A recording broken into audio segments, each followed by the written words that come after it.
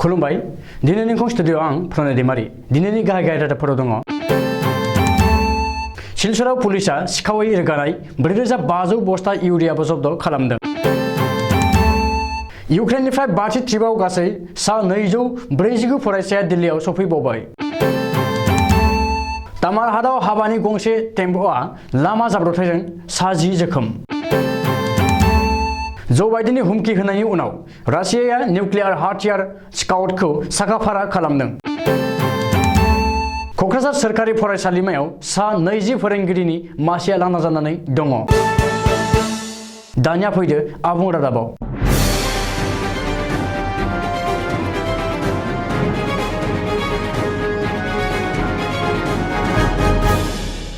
काछार जिल्लानि सदर सिलचराव मिजोराम फारसे रोगानाय आसामनि साबसिडि इउरियाखौ काछार पुलिसा जब्द खालामदों।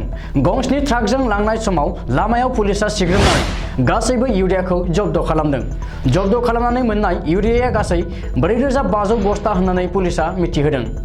सुलुङाव फोरमायनाय बादिब्ला बै जब्द खालामनानै मोननाय इउरियाया आसामनि आबादारिफोरनो साबसिडि रेटआव फाननांगौमोन, नाथाय बेखौ माखासे सिखाव आखुनि सुबुंफोरा स्रोदै मिजोराम जानानै म्यानमाराव साप्लाय हरनो नाजादोंमोन होननानै पुलिसा सन्देह खालामदों।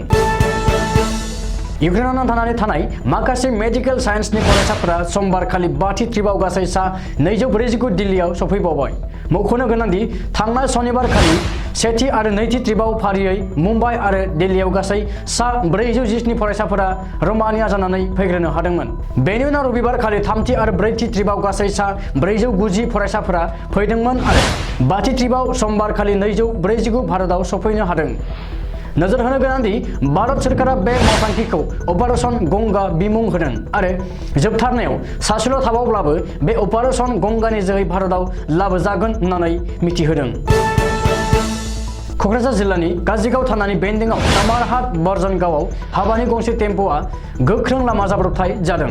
सुलुङाव फोरमायनाय बादिब्ला तामालहाटनि अक्सिबारि गामिनिफ्राय गसाइगावआव हिन्जाव गोदान लायनो थांनाय AS 17C3346 नम्बरनि गंसे टेम्प'आ गाव हारसिङैनो बेलथायनानै लामानिफ्राय हाखराव गोग्लैलांदों। बेनि जाहोनाव गासै सा 10 सुबुङा जोखोम जादों। जोखोम जानाय सुबुंफोरनि मुङा फारियै सरला मुर्मु, शिव मुर्मु, लक्ष्मी मुर्मु, शिवराम हासदा, मिरिला हासदा, बिमला हेम्ब्रम, सजनी हेम्ब्रम, श्याम हेम्ब्रम, मतिलाल वासदी आरो दुलिया हेम्ब्रम होननानै सिनायथि होदों। जायगानि रायजो राजाया पुलिसनि मददआव तामालहाट गुदि देहा फाहामसालियाव थिसनदोंमोनब्लाबो उननि समाव धुबुरी देहा फाहामसालियाव रिफार खालामनाय जादों होननानै मिथिहोदों। आमेरिकानि हादरगिरि जो बाइडेना इउक्रेननि जानानै रासियाखौ थामथि मुलुग दावहानि हुमखि होनायनि उनाव आथिखालाव रासियानि हादरगिरि व्लादिमिर पुतिना निउक्लियार बमनि स्काउटखौ साखाफारा खालामदों होननानै खौरां मोननाय जादों। ओजोंहाय आमेरिकानि दैदेननायाव नाटो ग्रुपनि माखासे गोख्रों हादरफोरा फारियै फ्रान्स, जार्मान, इंलेन्ड, बेलजियाम बैसोर हादरा इउक्रेनखौ मदद होनो आवगायबोदों आरो गोबां बिबांनि दावहारु आरो हाथियारफोरखौ साप्लाय होबाय। ओजोंहाय आथिखालाव रासियाया हारसिं जाबाय।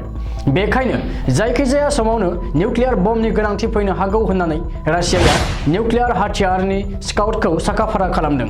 मख'नो गोनांदि आथिखालाव रासियायाव गासै 6257, आमेरिकायाव 5550, चाइनायाव 350, फ्रान्सआव 290, इंलेन्डआव 225, पाकिस्तानाव 165, भारतआव 156, इजराइलाव 90 आरो सा करियायाव गासै 40 निफ्राय 50सो निउक्लियार बम दं होननानै राष्ट्रसंघनि आर्म्स कन्ट्रल एसोसिएशनआ फोरमायदों। बे बिथिङाव नोजोर होयोब्ला मोनदाङो दि आथिखालाव रासियायावनो बांसिन निउक्लियार बम दङ।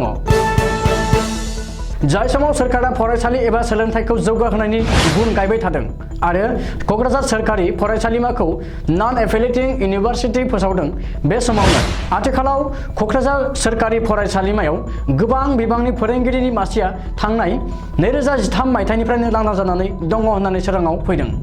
फरायसालिमानि गोरायुं डक्टर बनबिना ब्रह्मआ खौरांगिरिनि सिगाङाव फोरमायनाय बादिब्ला आथिखालाव क'क्राझार सोरखारि फरायसालिमायाव गुबुन गुबुन बिफानाव गासै 20 फोरोंगिरिफोरनि सेंसन पस्ट एबा मासियानो लांदा जानानै दङ। बेनि अनगायैबो फरायसाफोरनि थाखाय थाखो खथा एबा क्लास रुमनि आंखाल जानानै दङ। आथिखालाव क'क्राझार सोरखारि फरायसालिमायाव गासै सा 4500 फरायसाफोरा सोलोंथाइ लागासिनो दं होननानै सुलुङाव फोरमायदों। फरायसालिमानि गोरायुंआ सुबुङा मिथिहोबावदों दि आसाम पाब्लिक सार्भिस कमिशना सिगाङाव मोन 16 पस्टनि थाखाय एडभार्टाइज खालामबायमोन नाथाय बेबो आथिखालाव जेबो खौरां गैया आरो सिरि जानानै दङ।